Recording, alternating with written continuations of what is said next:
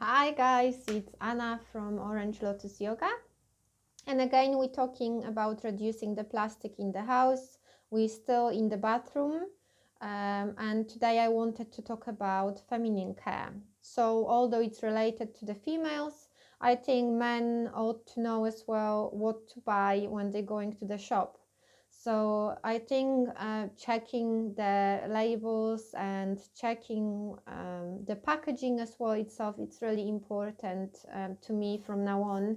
And I always make sure that what I'm buying is actually, I know what I'm buying, and I've started doing that for the last 2 years, and it becomes a habit. At the beginning it's really difficult, but then later on it just becomes a habit like everything else, and you're just becoming aware what's actually containing in what are the ingredients of what you're buying, including the packaging, obviously.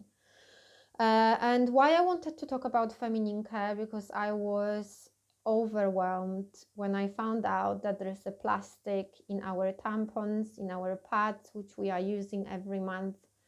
I had no idea. I think I lived in a completely different world, and I created my own bubble where I just didn't even know that people are using plastic to manufacture those goods. And I'm not talking about packaging. The plastic is actually in the pad and in the tampon itself.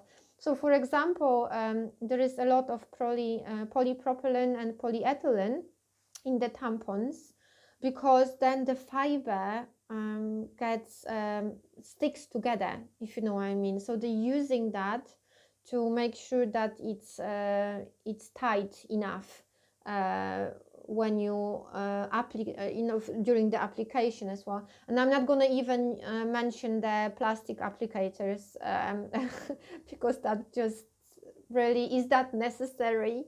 We have fingers, for God's sake. But anyway, it doesn't matter. I'm not going to go into details. It's your choice, obviously. I'm not judging anyone. I'm not preaching here. I'm just trying to show you my point of view on a subject which for a very long time I didn't really think about, because it was another habit, wasn't it? So something which you do every month without really understanding it in a way. So once you become more aware of that, you start asking questions and you start questioning everything what you know. And I think that's the only way to actually progress anywhere.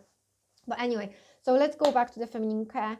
I have my notes here because again I found an article, I think it's National Geographic again, and they estimating, it's difficult to estimate, isn't it? Because every woman is different and every cycle is different. It's just it's difficult to estimate something like that. But they estimating that only in US in 2018, so just US, they bought 5.8 billion tampons, 5.8 billion, which will end up in the landfill. And if you have plastic in it, it's obviously not biodegradable. Well, it is within the next God knows how many years, but it's just crazy, isn't it? Everything ends up in the landfill. When you think about it, what's happening next? We're putting that into the bin without even considering what happens next. But then it goes into the landfill, then it goes into our soil. It's just crazy. So that's just in US for 1 year, but they also estimating that one person, so for example me, over the lifetime, I'm going to use between 5 and 15,000 pads and tampons over my lifetime, over the cycle. Again, it's just an estimate, because how you're going to get a real data on that. You would have to really track everyone through the whole life, and it's really difficult to do, isn't it? So we can live with estimates, but even the estimates are overwhelming. 5 to 15,000 pads and tampons. Now, half of the population again. Just think about the numbers. It's absolutely crazy. So the good news is though that there are products out there where the packaging is plastic free, and actually the pads and the tampons are made 100% natural cotton.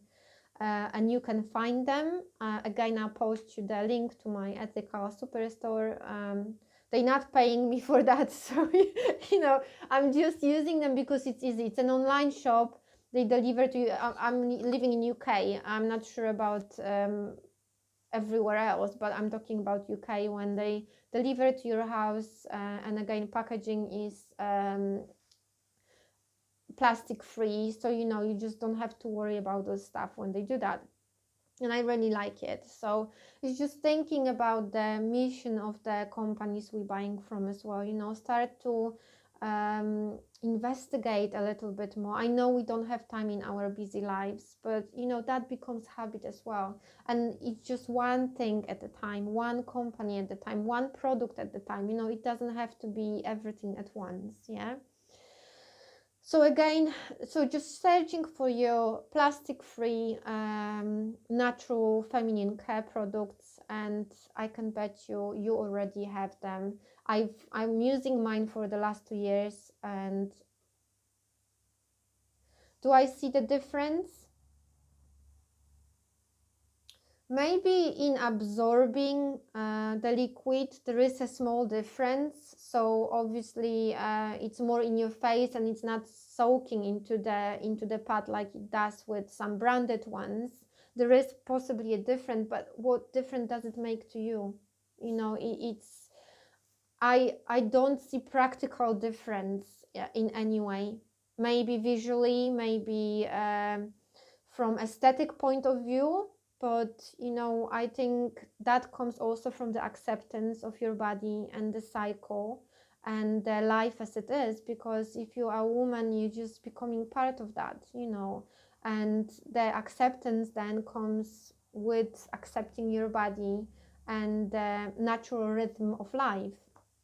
So I think that depends on you. But again, your opinion can be different. So, whatever suits you. You don't have to follow any of the advice or any of the ideas. It's just for you to think a little bit different about everyday products we are using and start making different choices, maybe. So that's it on the feminine products. Thank you for listening and watching, and I will see you in the next video. Bye.